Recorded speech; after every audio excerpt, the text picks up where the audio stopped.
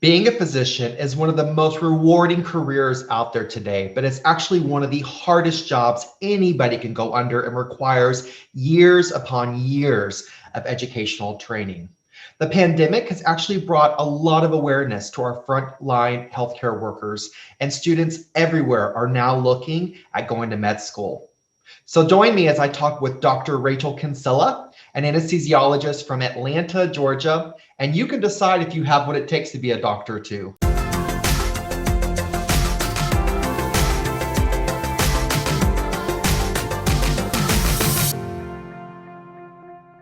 Dr. Kinsella, I am so excited about having you here today and speaking with everybody about your profession. It really is a true honor to have you here. For those of you that are now attending, she has a specialty in pediatric anesthesia. She is an amazing home hero in the area, and I'm really excited about this. I have a few questions for you, and we'll kind of keep things easy, but tell me a little bit about, your specialty, why you decided to become a pediatric anesthesiologist. What exactly is that? And yeah, tell us a little bit about you. All right. Well, which question do you want me to start with, Dale? I am a pediatric anesthesiologist, as you said, and I guess the easiest question, or not that easy, but the first question would be, what is an anesthesiologist? And we are the physicians that put patients to sleep for surgeries, would be our main job. So that involves preoperative care, intraoperative care, and postoperative care, making sure that patients are stable and safe when they go to sleep, managing their pain while they're asleep, managing pain after they're asleep. We also take care of other patients in the hospital, sometimes critical care, intubations throughout the hospital, codes, obstetrical patients, women having babies. We do the epidurals, take care of them. In the OR, we're the ones, really the crisis managers in the hospital. When someone's dying or close to it, we're usually the ones that are there. Pediatrics is just the focus specifically on children. I take care of both children and adults. And while everyone learns to take care of children and adults during their training, the pediatric anesthesiologists are a little bit more subspecialized and take care of those sicker kids. Okay, so tell me, that's incredible. And it's really good to learn all of this. I mean, can you tell me or tell the viewers a little bit about how your training goes? I mean, obviously, you did undergrad, I believe you studied biology, and then you go to med school. And tell us a little bit about the route to become a physician and to have a specialty, please. So it starts with an undergrad, generally a 4-year degree. For most medical schools require that. I was a biology major. A lot of applicants are biology or chemistry just because there's so many prerequisites. That's kind of an easy way to go. But medical schools really like when applicants are diverse, when they have, music major or minor or, foreign language. They love that. You do have to finish your prerequisites, which is a lot of science classes, obviously. You take an MCAT exam, a prerequisite exam, and that combined with your undergrad GPA and extracurriculars and volunteer work, they look at all that to determine acceptance. Then you complete a 4-year medical degree. There's lots of tests that you take along the way, and you form a new application basically when you apply for residency, and that can be a residency in basically any type of field of medicine that you can think of: internal medicine, surgery, pediatrics, the list goes on and on. Residencies last anywhere short as 3 years, as long as 7 years. And then when you're finished with that, you can generally take your board exams and practice as a physician. Several fields of medicine have the option of completing fellowships, which range anywhere between 1 and 3 years. Some people do 0 fellowships, some people do 1, some people do 3 or 4.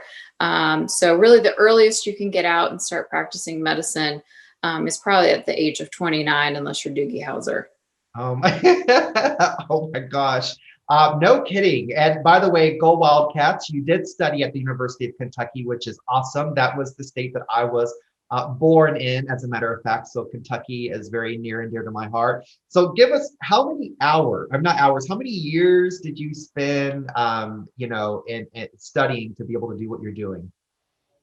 Well, if, studying through high school, if you're not counting that, really starting at the age of 18 with my undergrad degree. And then I finished and got my first real job when I was 31. So I guess you could say about 13 years. And that was with all that and a 1 year fellowship at the end. Oh my gosh, that is crazy. 13 years of studies to do this, which I mean, obviously, there's a reason why, folks like you guys really are, so special to all of us. Tell us a little bit about what a typical day is like. I mean, what is the, what time do you normally go to work? What time do you normally get home? What are the hours like for somebody in your profession? I'd say it's highly variable on the practice, but a typical day, we start pretty early in anesthesia. We're really the first ones in the hospital. So I get up anywhere between 4:35. I get to the hospital anywhere between 6 and 6:30 to pre-op my patients, which means you talk to them, you get their medical history, you formulate kind of your plan for anesthesia, how you're going to put them to sleep safely, how you're going to manage their pain. You take care of them during the surgery, give them any fluids, pain medicines, if they need blood, give them all those things while they're asleep, manage their airway, keep them breathing, keep their lungs and heart healthy, manage their blood pressure, any physiologic changes that happen either from the surgery or from the anesthesia, we take care of. And then afterwards, we take care of their pain in the post-operative area. So we have some early days that are nice. We have some late days. We do overnights. We're really the ones, we can't leave in the middle of our shift to go get lunch, because when we're there and we're pretty busy. But it's a very rewarding job, and it's also very interesting because you're doing all kinds of things. And that makes it kind of an interesting day, and the days go fairly quickly. Now, I know that you have probably one of your biggest mentors might be your father, Dr. Sloan. Can you tell me a little bit about why you decided to become an anesthesiologist, or even just a physician? I don't know when you realized that you wanted to become, an anesthesiologist, but, why did you pick this career path? There would have been a lot of other easier things to do in life.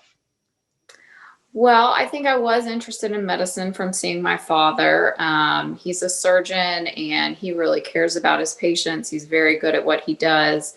I think, I could see how much he enjoyed his job, as difficult as it was. And I could see that, he was respected for it, and I admired all that. So I think that got me interested in it. I loved math and science. I was a big nerd. So it made sense that I would kind of choose that. But, it took kind of shadowing. I took a trip with him to Africa when I was in college.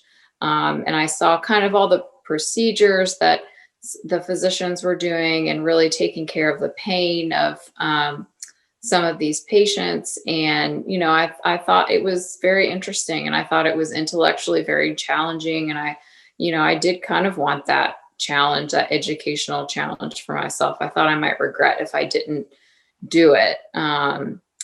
And as far as anesthesia, I was kind of late to the game. I didn't know at all what I wanted to do. In fact, I had shadowed quite a bit, and really the way I kind of came to learn about anesthesia was a lot of just talking to physicians, because anesthesia is something, some people think it's really boring, because we do a lot of sitting, and we do a lot of thinking, but really when you're the one doing that thinking, it gets very interesting. And we say it's, 90% boredom, 10% panic. And that panic time, you want to avoid that time. That's not the fun times. But what I liked about anesthesia is it was procedural based. So you're doing IVs, epidurals, nerve blocks, as opposed to some of the other specialties that might be more thinking based, like internal medicine. So I liked that. I liked the variety in anesthesia. You could be doing neurosurgery today, you could be doing obstetrics tomorrow, you could do pediatrics the day after that, chronic pain, critical care. There's just a lot of different areas. So there's something kind of for everyone. You see patients' physiology change very rapidly, and we don't have to wait 2 months for a blood pressure medicine to kick in. I give something and it's within 10 seconds it's starting to take effect. So that's very rewarding as well. Wow, interesting. That's good. That's really good to know. I mean, this is really, really insightful. So tell me, I work with a ton of scholars and students that want to go to med school. They all want to many of them want to become future physicians. Many of them want to go into nursing. But what advice do you have for those high school students that are watching this interview? That know they love science. They want to go into medicine. They don't really know what they want to do in medicine. Maybe they want to become a physician, but they don't really know what kind of physician. Any words of wisdom or anything you'd like to share with them a little bit about your path and things that they should kind of keep in mind as they are progressing through high school and maybe applying for college? Yeah, I would say, first of all, I mean, you do need good grades. That's just the barometer that schools use. Same as getting into college, same for medical school. You do need those high GPAs to stand out. You need those extracurriculars. You do need to be good at test taking. So if it's something you struggle with, test taking doesn't, make you a good physician, but you also are going to take tests for the rest of your life if that's the path you choose. And that's how they judge you. So, develop those test taking skills is really important. It's good just to have a well-rounded resume because schools like that. It's becoming more and more important. And that also just kind of keeps you well-rounded in life and helps balance because, you can't have your profession be absolutely everything. So certainly that's the educational part. Let's see what else I have here. And I think something else that you mentioned towards the very beginning, which I thought was so interesting, is that you don't have to study biology or chemistry if you want to become a physician. You can Not study at all. music. Yeah, you can study music, you can study journalism. I mean, as long as you have that pre-med, component, you are completing the prereqs in order to take the MCAT and continue on to medical school, which I think is so interesting to stipulate. Yes, and as far as knowing if you like medicine, I would just recommend, you can shadow, you can get some ideas that way. See, some people absolutely have an aversion to, hospitals and smells and things like that. Talk to physicians, see whose lifestyle and what they love about their work, if those are things you love. And that's really how I figured out anesthesia, was because the things that they said were the things that were important in their life, both in the hospital and out of the hospital, were also very important to me. I would make, a terrible surgeon for certain reasons. And, one reason is I don't like to go home with my pager, and I like to, transfer care to my colleague, which we do when we leave the hospital, and then we go home and, we pick up the next day.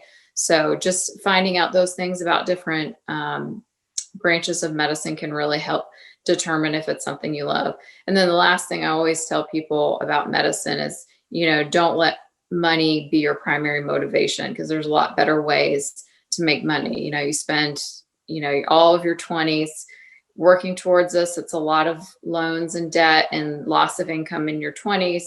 And, while medicine is a very rewarding career, it's typically fairly recession proof, and it's typically a very stable job.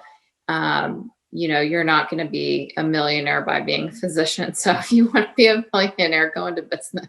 Yeah.